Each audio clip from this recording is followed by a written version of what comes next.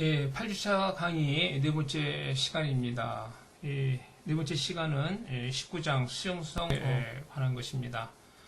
현재 세계 인구는 75억 명이 넘었습니다. 이 가운데 50억 명 이상이 그리스도를 믿지 않고 또 25억 명은 그들의 생애 가운데 단 한 번도 복음을 듣지 못했다라고 볼 수 있겠죠. 복음은 어디에서나 필요한 상황입니다.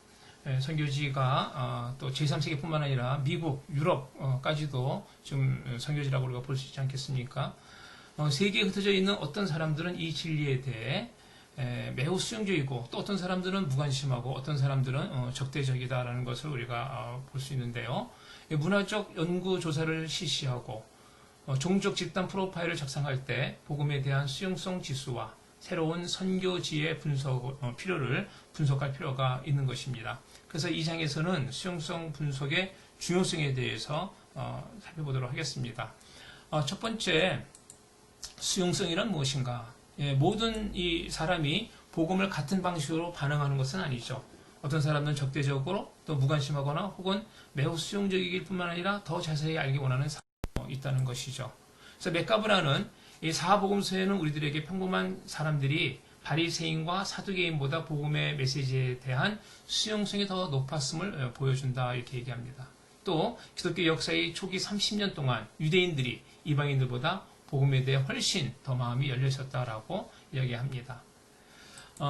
무엇보다 이 수용성이란 적절하게 상황화된 방법과 그들이 이해할 수 있는 방식으로 복음의 메시지를 증명한 개인, 종족, 사회의 반응을 서술한 것인데요. 선교사는 반드시 이 특정 종족 집단이나 지역을 위한 선교 전략을 개발할 때 이 수용성 문제를 다루어야 한다는 것이죠. 마치 이 농부의 비유가 요한복음 4장 35절에 나와 있는 추수지의 이 비유가 수용성의 원리와 깊은 연관이 있다는 것이죠. 수확 처리된 과수원처럼 어떤 사람들은 회개하고 주님을 영접할 준비가 되어 있지만 또 아직 무르익지 않아 추수의 때가 되지 않은 사람도 있고 지금은 냉담하고 거부 반응을 보이지만 이는 단지 열매를 맺기 위한 초기 단계의 생류 과정으로 이렇게 이해했습니다. 그렇다면 왜 수용성이 중요한가? 그것은 성경의 예를 통해서 우리가 알 수 있습니다. 신약성경 전체 예수님과 초대교회에서는 이 수용성의 원리를 사람들에게 복음을 증거하는데 영향을 주었다는 것을 볼 수 있습니다. 사도 바울도 복음을 증거했을 때 예수님도 마찬가지지만 그들이 받아들이지 않으면 다른 지역으로 이렇게 바로 지역을 옮긴 것을 우리가 볼 수 있겠습니다. 두 번째는 긴박성입니다. 전략가들은 개인적 그리고 우주적 종말론을 염두에 둬야 하는데 개인적 차원에서 볼 때 사람들은 이 세상에서 영원히 살 수 없기 때문에 복음을 들어야 한다는 것이죠. 또 우주적 차원에서 전략은 언제나 예수 그리스도의 재림에 대한 긴박성을 고려해서 개발해야 한다는 것입니다. 세 번째, 높은 수용성의 결과인데요. 수용성이 높은 사람들 가운데에서의 하나님 나라와 교회의 성장이 수용성이 낮은 사람들 가운데서보다 훨씬 빠른 것을 볼 수 있기 때문에 그렇습니다. 또 네 번째, 한정된 자원이죠. 주님께서 우리에게 과업을 맡겨주셨는데 그리고 시간과 돈과 사람 등의 이 자원을 주셨는데 이 자원이 무한하지 않다는 것이죠. 그러므로 전략가들은 하나님이 주신 한정된 자원들을 배치하는 최상의 어떤 그 결정을 해야 되는데 복음의 메시지에 대한 이 수용성이 가장 높은 종족과 인구 집단들 거기에 배치를 해야 된다는 것을 우리는 알 수 있습니다. 또 다섯 번째, 열린 사람들을 위한 지혜죠. 전략가는 가장 수용성이 높은 사람들에게 우선순위를 부여하는 계획을 개발해야 합니다. 수용성 원리에 대한 비판 우리가 본다면 첫 번째, 수용성 원리에 대한 가장 일반적인 비판은 이 원리가 복음에 대해 적대적이거나 무관심한 사람들에 대한 선교의 중요성을 간과하고 있다는 것입니다. 두 번째는 조지 하퍼는 특정 집단의 수용성을 측정하는 것은 어떻게 복음을 전해야 하는가를 결정하기 위한 기초 자료로 사용하기 위한 것이다 라고 얘기합니다. 이 수용성 원리는 복음에 대한 완고하게 정하는 것으로 분류된 사람들은 피해야 한다는 것이다 라고 문제를 제기하는 것이죠. 또 수용성의 지수에 따라 선택적으로 복음을 전한다면 이것은 예수님의 명령에 불순종하는 결과를 초래할 수 있다는 것입니다. 복음은 수용적인 사람들과 적대적인 사람들 모두에게 전파되어야 한다는 것이죠. 누구도 그리스도의 복음에서 제외될 수 없다는 것입니다. 교회는 모든 민족에게 복음을 전해야 한다는 것이죠. 그래서 이 메카브라는 만약 수용성이 낮으면 교회가 선교 활동을 중단하고 철수해야 한다고 그런 섣부른 이 낮은 강도의 접근은 현명한 수용성이 낮은 지역은 비교적 가볍게 접근하는 것이 올바른 수용성이 낮은 지역에 이러한 지역은 최소한의 자원을 정복할 수 있다는 그런 우려로 인해 수용성이 낮은 지역에서 생각하고 있는 팀은 다음 강도 높은 수용성이 높은 지역의 팀과 긴밀한 의사소통을 유지할 필요가 있는데 첫째는 복음 전함에 따라 수용성의 지수에 어떤 변화가 일어났는가 분별할 필요가 있다는 것이고 둘째는 수용성이 점차적으로 높아질 때 팀은 이 정보를 수용성이 높은 지역에서 사역하고 있는 팀과 공유하여 지속적으로 선교 자원을 투입해 줄 것을 요청할 필요가 있다는 것입니다. 네 번째, 수용성을 측정하는 도구에 대해서 우리가 세 가지로 살펴볼 텐데요. 수용성은 과학적으로 입증하기는 어렵죠. 실험실에서 과학적으로 증명할 수 있는 것이 아닙니다. 1970년대 이후 수용성 측정의 세 가지 도구가 개발되었는데 그러나 결코 성령의 인도와 기도를 대체할 수는 없는 것입니다. 첫 번째 측정 도구는 저항 수용성 지수입니다. 맥가브라는 그에 져서 교회 성장 2회에서 처음으로 저항과 수용성을 시각적으로 묘사를 했는데 이런 그림과 같습니다. 저항 수용성 지수. A는 높은 수용성이고 이제 A, B, C, D, E로 가면서 높은 저항성을 말해주고 있습니다. 여기서 A는 복음에 대한 수용성이 매우 높은 집단이나 개인을 말해주고요. 반대로 E는 수용성이 매우 낮거나 심지어 적대적인 경우를 말합니다. 이러한 지수의 실제적인 유용성은 전략가들로 하여금 상황화된 접근의 중요성을 일깨워 준다는 데 있는 거죠. 그래서 A 단계의 이 지역에서는 거의 어떤 접근 방법도 제한 없이 사용할 수 있지만 이 단계 지역에서는 거의 어떤 방법도 효과가 거의 없을 수 있다는 것입니다.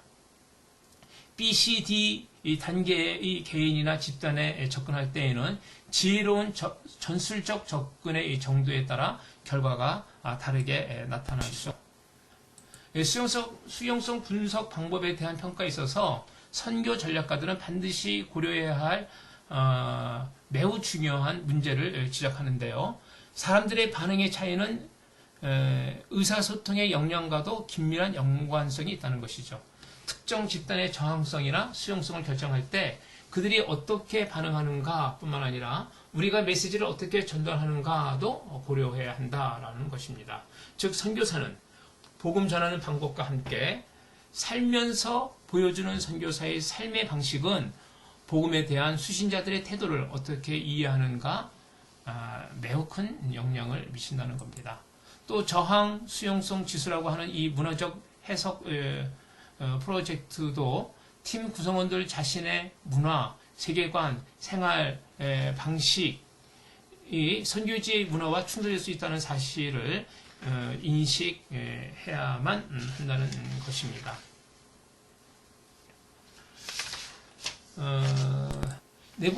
두 번째로 엥겔 지수 우리가 살펴볼 텐데요. 제임스 엥겔은 사람들이 복음에 대한 이해를 돕고 그들에게 복음을 보다 효과적으로 전달하기 위해 하나의 지수 체계를 개발했는데 이 지수는 전도자가 어떤 사람에게 복음을 전할 때 어디서부터 시작해야 할지 거기에 대해서 알게 해준다는 것이죠. 엥겔 지수는 특정한 개인이나 집단에 대한 보다 나은 이해를 위한 유용한 도구를 제공해 준다는 것입니다. 사람들이 새신자가 될 때까지 일정한 시간 간격, 그러나 사람들이 새신자가 될 때까지 일정한 시간 간격을 두고 순서대로 이 단계에 따라 발전해 가지는 않는다는 사실을 염두에 둬야 돼요. 때로는 어떤 단계들이 뛰어넘고 복음에 대한 지식이 전혀 없던 사람이 단 한 번의 이 전도를 통해서 곧바로 회개와 믿음의 단계에 이르기도 하고 또 그 반대의 경우도 생길 수 있겠죠. 엥겔 지수는 전략가들로 하여금 어떻게 전략을 개발하고 전술적 방법들을 개발하는가 알게 해주는 유용한 도구. N개 지수는 이렇게 12가지로 나눌 수 있는데요. 마이너스 8, 절대자에 대한 관심은 있지만 복음에 대한 지식을 갖고 있지 않는 경우고, 마이너스 7이 복음에 대한 기초적인 인식이 있는 경우, 마이너스 6은 복음의 핵심 진리에 대한 인식입니다. 마이너스 5는 복음의 의미에 대해 이해하는 수준이고요. 마이너스 4는 복음에 대한 긍정적인 태도를 가지고 있는 경우고, 마이너스 3은 자신의 문제에 대한 인식을 하는 경우고, 마이너스 2는 복음에 대한 반응이 결정되는 거고요. 마이너스 1은 회개와 믿음의 어떤 그 차원이고, 0은 새 신자를 의미합니다. 그리고 플러스 1은 믿기로 결정한 후에 어떤 평가, 두 번째 플러스 2는 공동체 소속, 플러스 3은 전 생애에 걸친 개념적 또 행동적 성장을 의미합니다. 이렇게 엔겔 지수를 통해서 1번부터 12번까지에 있는데 몇 번에 해당되는지를 예측하고 추측할 수 있다. 다음으로 소가드 지수를 우리가 볼 텐데요. 비고 소가드는 인간의 인지적 차원과 정서적 차원을 통합한 2차원적 지수를 개발했습니다. 소가드는 수용성과 저항 수용성 지수와 복음의 지시, 엔겔 지수를 통합하여 소가드 지수를 만들었습니다. 이 지수는 전략가들이 복음에 대해 얼마나 알고 있는가, 복음에 대한 긍정적인 태도를 보장하지 않는다는 사실을 알게 해줍니다. 인지적 차원은 새로운데 복음을 접했을 때 사람들의 일반적인 지식의 정도를 나타내고, 번호가 높을수록 복음에 대한 지식이 더 많다는 뜻입니다. 다음 PPT에 나오는데요. 종족의 문화적 연구를 마친 후 전략가들은 세로 축에 대한 근사치를 예측해야 합니다. 그러나 이러한 수치는 주관적 경험에서 추론한 결과라는 사실을 염두에 두어야 합니다. 이 복음에 대한 그들의 태도를 추론하여 가로축에 표시하는데, 그 최종 결과로 복음에 대한 일반적인 지식과 태도의 상관관계가 하나에 도는데 이렇다는 거죠. 이제 세로축이 인지적 차원에서 0부터 12번까지 있고, 그리고 정서적 차원에서 비호의적 마이너스 6에서 호의적 플러스 6까지 있다는 겁니다. 자, 다섯 번째로 이 수용성을 파악하는 데 있어서 맥가브라는 본질적인 과업은 수용성을 파악하여 그에 따른 접근 방법과 조직과 인적 차원을 적절하게 활용하여 그 복음의 수신자와 그가 속한 공동체가 영원한 삶을 누리게 하는 것이다 라고 했습니다. 따라서 전략가는 수용성을 어떻게 파악하는가에 직면하게 됩니다. 이 질문에 대한 간단한 대답은 상황화된 방식으로 복음을 전하고 그들의 반응을 관찰하는 것이죠. 릭 웰레는 일반적으로 사람들이 불안전하거나 변화의 시기에 보다 높은 수용성을 보인다고 말을 합니다. 이러한 불안정한 변화에는 박해, 정치적 갑, 기근, 전쟁, 죽음, 결혼, 출생, 이민, 취업, 대학, 입학, 질병 등이 포함이 되고요. 와그너는 평범한 노동자 계층과 가난한 사람들이 복음에 대한 높은 수용성을 했습니다.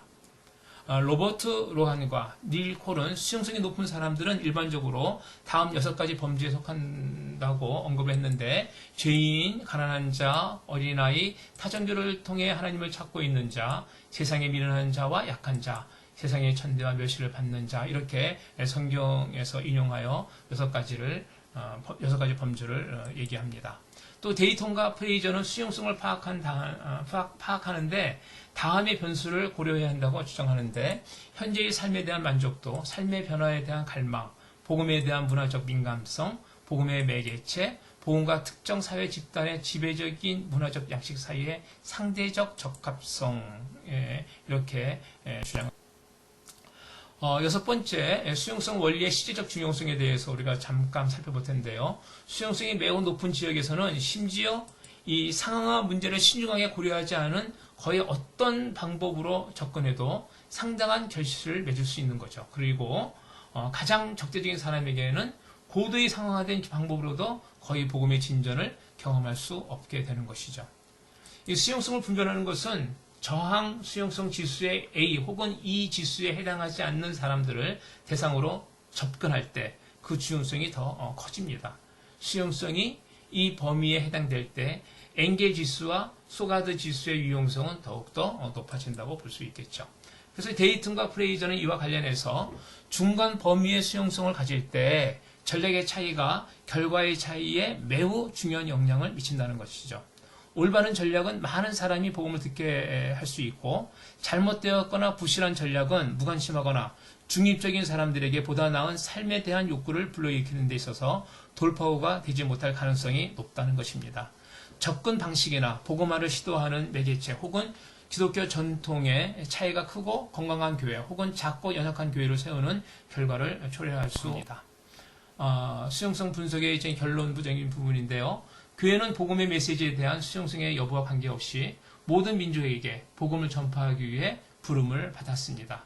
전략은 모든 사람에게 복음을 전파하는 사명을 차단하거나 방해하지 않아야 합니다. 전략은 교회를 한정된 자원을 지혜롭게 활용하는 청지기로 만듭니다.